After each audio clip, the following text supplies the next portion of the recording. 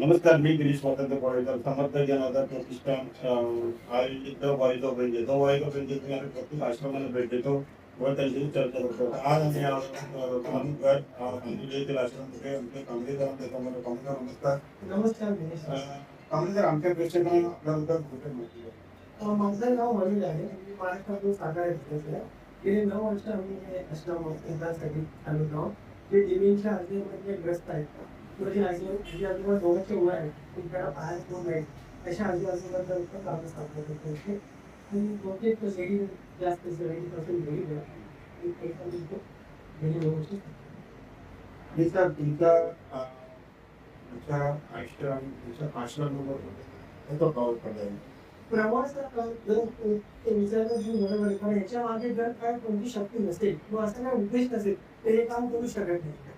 तर माझं पण असं झालं, माझी आई गेले 10-12 वर्ष बेडवर आहे, अशी झोपली.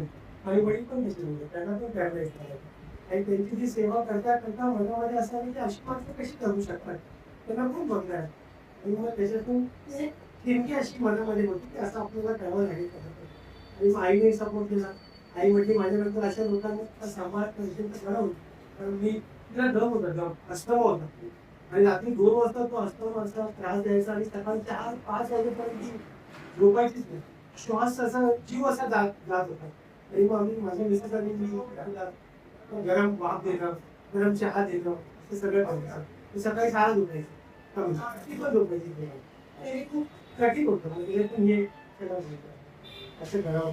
आणि तुम्ही इकडचा दिनक्रम म्हटलं का इथे सेवेकरी खूप आले आणि सेवेकऱ्याशिवाय होऊ शकत नाही. हे सगळे 5:30 उठून आंघोळ घालणं, कपडे वगैरे सगळं स्वच्छता करणं, त्याची डायपर चेंज करणं, 7:30 चहा बिस्किट, 9:30 हेवी ब्रेकफास्ट, तर 10:30 फ्रूट, त्याच्यानंतर 12 वाजता जेवण, त्याच्यामध्ये स्वीट, फरसाण, डाळ, भात, कसं जेवण असतं आपल्या विचारात खूप छान जेवण.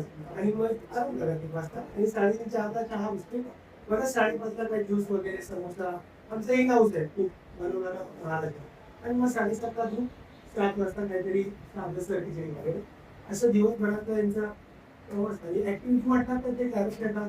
जे ऍक्टिव्ह आहेत ते त्यांच्या ऍक्टिव्हिटीप्रमाणे कॅरेट करणं, साफसफाई करणं किंवा गाणी गाणं, गाणी ऐकणं, अशा प्रकारच्या काय ते त्यांना आवडीच्या ऍक्टिव्हिटी करतात. आणि किती आता सध्या आम्ही काय केलं, 5 बहिणी घेतल्या दोघांच्या ठिकाणी आणि 5 बहिण्यामध्ये 3 अशा वेगवेगळ्या ठिकाणी एकूण 98 माझी आठवडा, 40 कर्मचारी, त्यापैकी 27% हाऊस आहेत. अशी 100 लोक रोज दिवसभर काम करायला काम. आणि आता काही लागतं आणि त्याचा मेडिकलचं कसा बोलणं. मेडिकल मध्ये काय होतं, हे जे आजारी हे सगळे 85+ हे सगळ्या आजारांना त्रास घेऊन घेऊन इथपर्यंत पोहोचते. त्यांच्यामुळे त्यांची जी मानसिकतेचा जो आजार आहे तो मोठा आहे, त्यामुळे त्यांना औषधं घ्यावी होती. आणि जे काही सर्दी खोकला वगैरे साधारण जे आजार असतात त्याच्यावरती डॉक्टर व्हिडिओद्वारे ट्रीटमेंट करतात. इमर्जन्सीमध्ये काय होतं, तर आपल्या अपघातातली पडलं किंवा एकदम अचानक काहीतरी अटॅक सारखं होईल, असं खूप क्वचित घडतं. पडणं जाणं स्वतंत्र असतं, पण असं क्वचित इमर्जन्सी घडतं. असं घडलं तर ॲम्ब्युलन्स हे सगळे फॅसिलिटी आपल्याला कॉन्टॅक्टमध्ये पटापट त्या सगळ्या होऊन जातात. आणि जर कोणाला आश्रममध्ये यायचं असेल तर काय प्रोसेस आपण काही फॉर्मॅलिटी वगैरे ठेवले नाही. ज्या आजी आजोबा इथे यायचे त्यांना कोणीतरी त्यांच्या मागे पाहिजे, त्यांचा नातेवाईक पाहिजे किंवा एखादा डोनर जो कोणी त्याची जबाबदारी घेणार. जबाबदारी काय होती, कधीतरी असा काय प्रसंग येतो त्यावेळी कोणतरी बाहेरचा माणूस पाहिजे. धावपळ आम्ही करतो, म्हणजे ॲम्ब्युलन्स पासून हॉस्पिटलमध्ये जाण्यापर्यंत जे खरेदी त्यांचं सगळ्यासाठी सगळं करतो. आणि कोणतरी असं बॅकग्राऊंडला त्यांच्यासाठी पाहिजे. तसे तरी शक्यतो कोण पाहिजे. मी जिथे जिथे बाहेर जातो बरेच 2 मतं असतात की हे आश्रम नसावे किंवा आई वडिलांना का लोक टाकतात. पण मुळात ज्याच्यावरती जो प्रसंग आला त्यालाच ते माहिती असतं. बऱ्याचदा मुलांना आता लोक दोष देतात, पण मुलं, मला तरी असं वाटतं 90% मुलं अशी नाही आहेत की आपल्या आई वडिलांना सोडून. जर तुम्हाला प्रत्येकाला जर जाणीव आहे की आपले आई वडील, दुसऱ्याचे वडील आपल्या आई वडील, तर स्वतः नसतात का आहे, पण त्यांच्यावरती परिस्थिती अशी निर्माण होते की त्यांचा नाईलाज होतो. ते त्यांच्या कुटुंबामध्ये, आपल्या मुलाबाळांमध्ये बिझी होऊन जातात. बिझी असतात हे आई वडील पण तो प्रतिसाद देत नाही.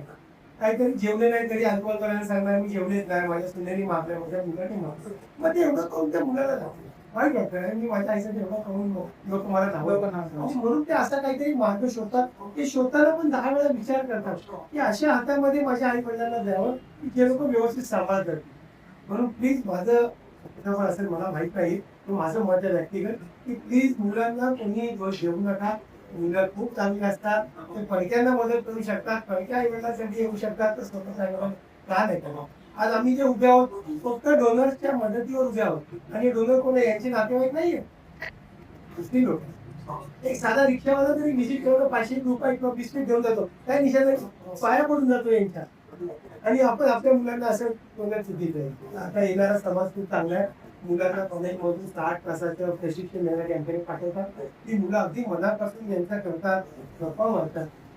तेव्हा मला रिक्वेस्ट आहे, प्लीज मुलांना मदत करू नका, त्यांना समजून घ्या. आणि अशी कुठेही तुम्हाला मदत करायची इच्छा असेल तर जरूर करा. शेवटी काय तुमच्या मदतीवर आणि तुमच्या प्रोत्साहनावर आम्ही आणि केल्यानंतर आश्रमातील आईबाबदलची बरीच माहिती आम्हाला मिळाली. त्यांच्याशी बोलताना त्यांच्या मनातील सुप्त दुःख, एकाकीपणा आणि भावना आमच्या समोर आल्या. पण सर्वात चांगलं वाटलं जेव्हा त्याने आम्हाला अगदी मोकळं करत आपल्या सगळ्या गोष्टी आमच्यासोबत शेअर केल्या. खरंच बानुघर हे फक्त एक आश्रम नाही, तर या माऊलींना मायेची ऊब देणारं एक सुंदर घर आहे.